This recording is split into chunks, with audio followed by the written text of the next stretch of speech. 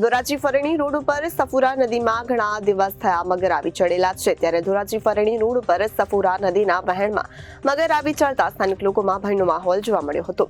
રાતે ફરણી રોડ ઉપર આવેલા સફુરા નદીના વહેણમાં મગર કાંઠે આવી ચડતા સ્થાનિકોએ હિંમત કરી મગરને પકડી પાડ્યો હતો। ધોરાજી ફરણી રોડ ઉપર સફુરા નદીમાં ઘણા દિવસ થયા છે મગર ચડી આવ્યા છે। ધોરાજી ફરણી રોડ ઉપર સફુરા નદીના વહેણમાં મગર આવી ચડતા સ્થાનિકોમાં ભય ફેલાયેલો જોવા મળી રહ્યો છે। રાત્રે ફરણી રોડ ઉપર આવેલ સફુરા નદીના વહેણમાં મગર કાંઠે આવી ચડતા સ્થાનિકોએ હિંમત કરી મગરને પકડી પાડ્યો હતો।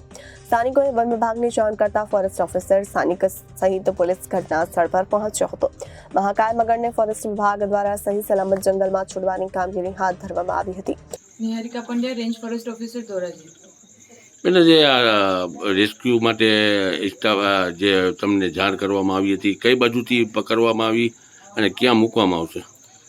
આજ રોજ અંદાજિત 10 થી 10:30ની વચ્ચે ધોરાજીની અંદર સિટી વિસ્તારમાં ફરેણી રોડ ઉપર સફુરા નદીનું જ્યાં વહેણ નીકળે છે ત્યાંથી સ્થાનિક લોકોનો કોલ આવેલ કે આ રીતની એક મગર તળાઈને આવેલ છે, જેને તે લોકોએ પકડીને રાખેલ હતી અને અમને તુરંત જાણ કરતાં અમારી ફોરેસ્ટ વિભાગની ટીમ ઘટના સ્થળે પહોંચી, તેમજ અમારી સાથે પોલીસ સ્ટાફ પણ પબ્લિક કંટ્રોલ કરવા માટે પહોંચેલ હતો।